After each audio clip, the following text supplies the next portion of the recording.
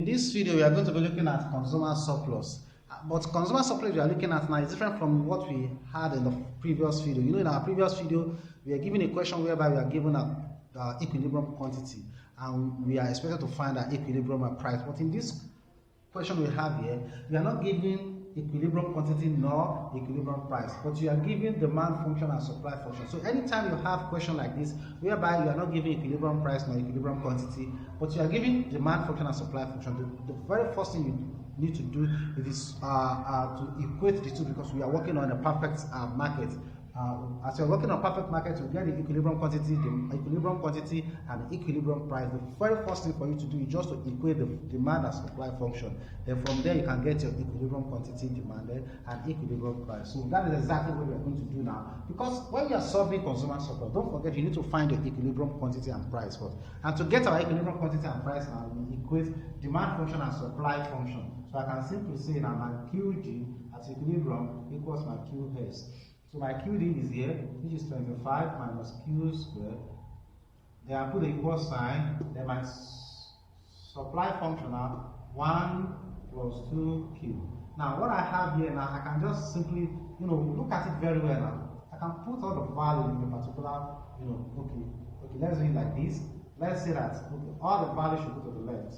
So I'll be having 1 plus 2Q. Then I'll be having minus 25. I'll be having plus 2Q. Okay. I'll be having plus Q squared. Plus Q squared. Everything equals 0. So if I want to rearrange this now, normally it should be Q squared. Q squared will come first, of course. Then plus 2Q. Plus 2Q. Then minus 25. Minus 25. Then plus is here. Plus 1 equals 0. So I can have Q squared plus 2Q minus 25 plus 1, that will give us minus 24 equals 0.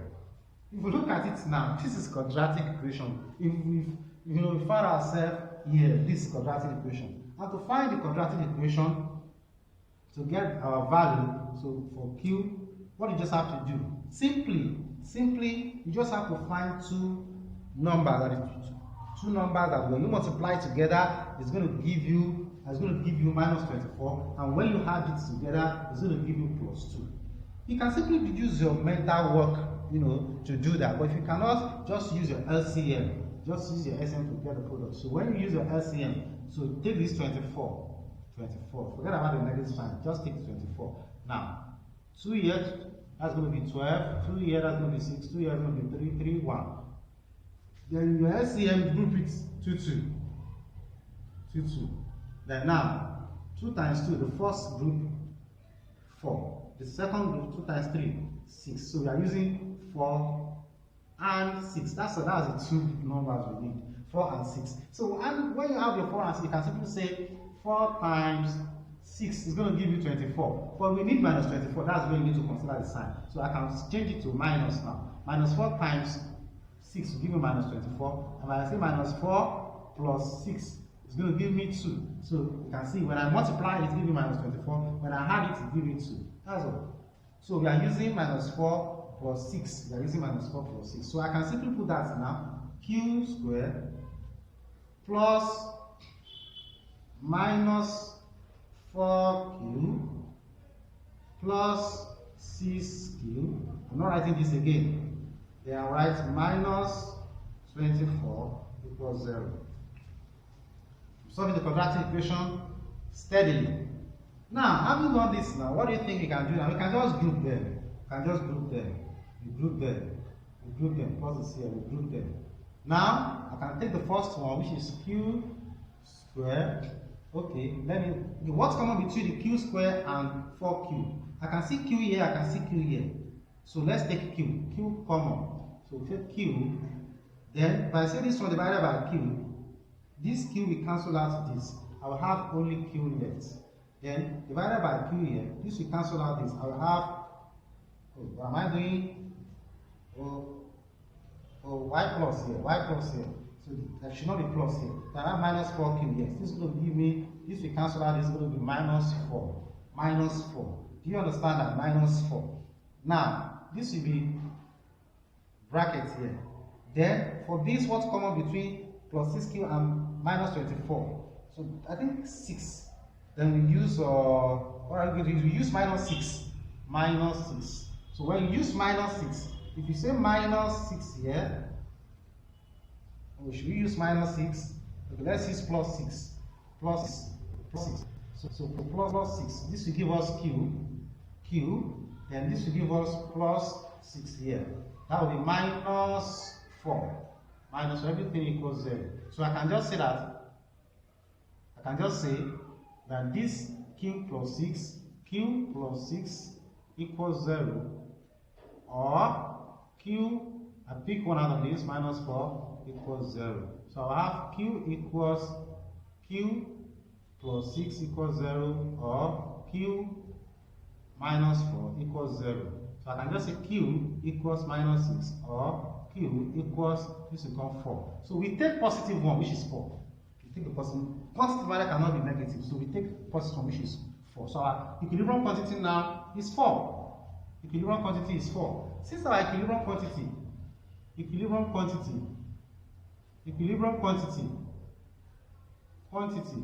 equals 4, so I can just find my p. Take any of the function. P s equals 1 plus 2q. P s equals 1 plus 2 brackets q. What is q? Q is 4. That's p equals 1 plus 8 equals 9. So that is 9. Our price, equilibrium price is 9. Equilibrium quantity is 4. Since we have gotten that, then we can use our formula for consumer surplus. Don't forget, our Q is what?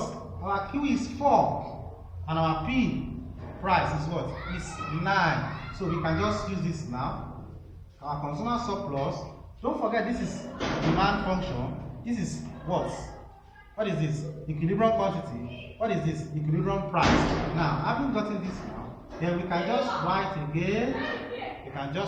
again. Our function, our demand function. What's our demand function? We have to take this as demand function. Our demand function is 25 minus q squared.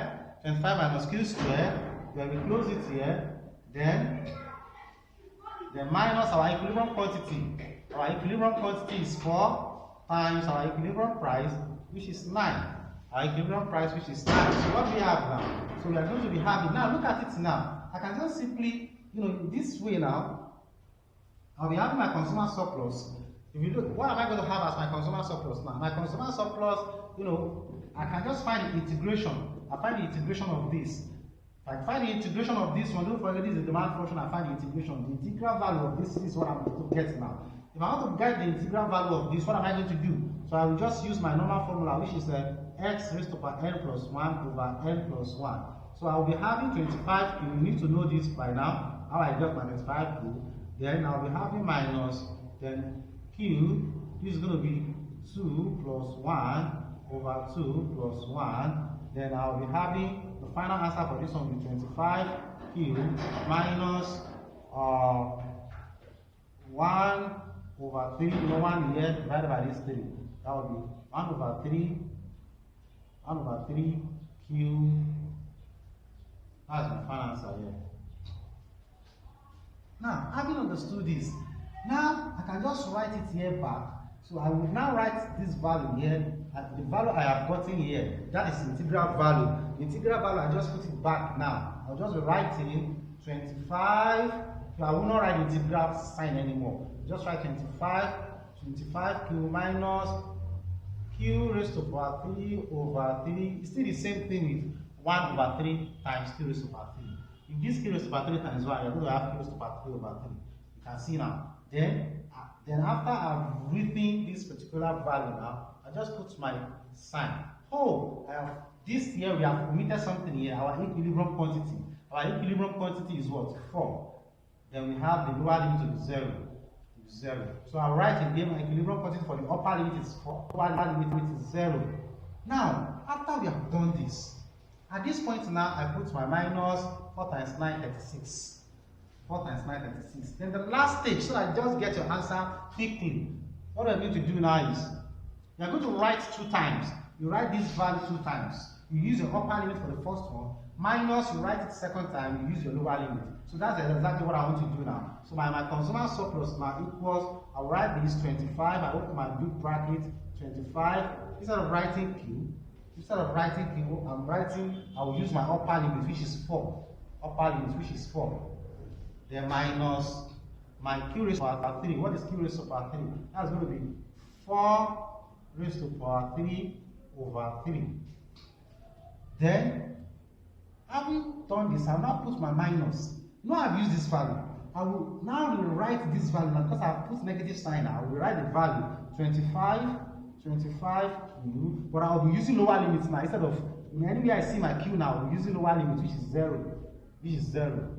Then minus, then Q again, Q raised to power 3. That will be 0 raised to power 3 over 3. Then bracket minus times plus, that will be minus 36. So having written my minus 36, I can just open up now. Consumer surplus equals my big bracket here. This is giving 100. Please just look at what I'm doing. It's just very simple. Look at what I'm doing. This is 100. Then minus, this will be 4 times 4 times 4. 4 times 4, 60. 60 times 4, 64. This will be 64 over 3. 64 over 3. Then when you have 64 over 3 here, minus, if you minus all of what you have here, if you multiply all of what you have here, you do the mathematical aspect of this, you're going to have 0. So everything here is 0. You know, minus 36. So at my consumer surplus at the end, it gives me 100, and then I can just say my 100 minus 64 over 3, then minus 36. So I can just say consumer surplus is 100 minus 36. That will give me 64.